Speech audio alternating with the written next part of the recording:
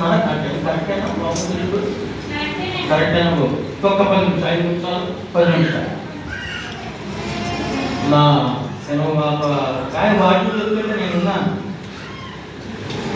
ఆయన ఎక్కడో రాలేదు, 2-3 వారాలు రాలేదు, ఆ వారం వచ్చాడండి.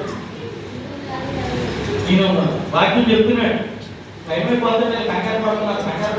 ఆయన అన్నాడు, మీరు నేను ఇక్కడ వచ్చి ప్రిపేర్ అయ్యాలనుకున్నారు, నేను ప్రయాణంలోనే ప్రిపేర్ అయితే 4 గంటలు చెప్పండి. ప్రయాణంలో ప్రిపేర్ అయ్యి 4 గంటలు అర్థం చెప్పండి. బయటకి ఇంటికి సరిపోయి తప్పుతాను.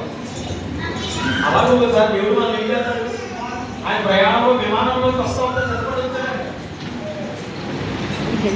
మనం కూడా రైలెక్కుతున్నాడు అమ్మ దోసుకుని పెట్టుకుంటే కాదు,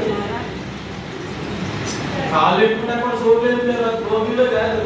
పెద్దగా అవసరమైతే రిజర్వేషన్ తీసుకుని మామూలు ఏ థర్డ్ ఏసీలోను ఏ సెకండ్ ఏసీలోను ఎదురు పెద్దగా కూర్చుంటే ఎదగాలి.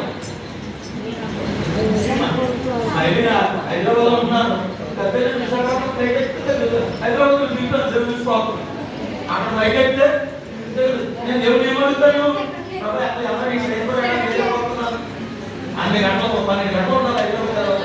1 గంటలో తీసుకెళ్ళి అక్కడ ఫ్లైట్ పెట్టడం దేవుడు చూసుకోవాలి. అలాగే దేవుడు చూసుకుంటారు, దేవుడు చూసుకోవాలి. ఆయన చూసుకుంటాడు, ఆయన మాట వింటే ఆయన చూసుకుంటాడు.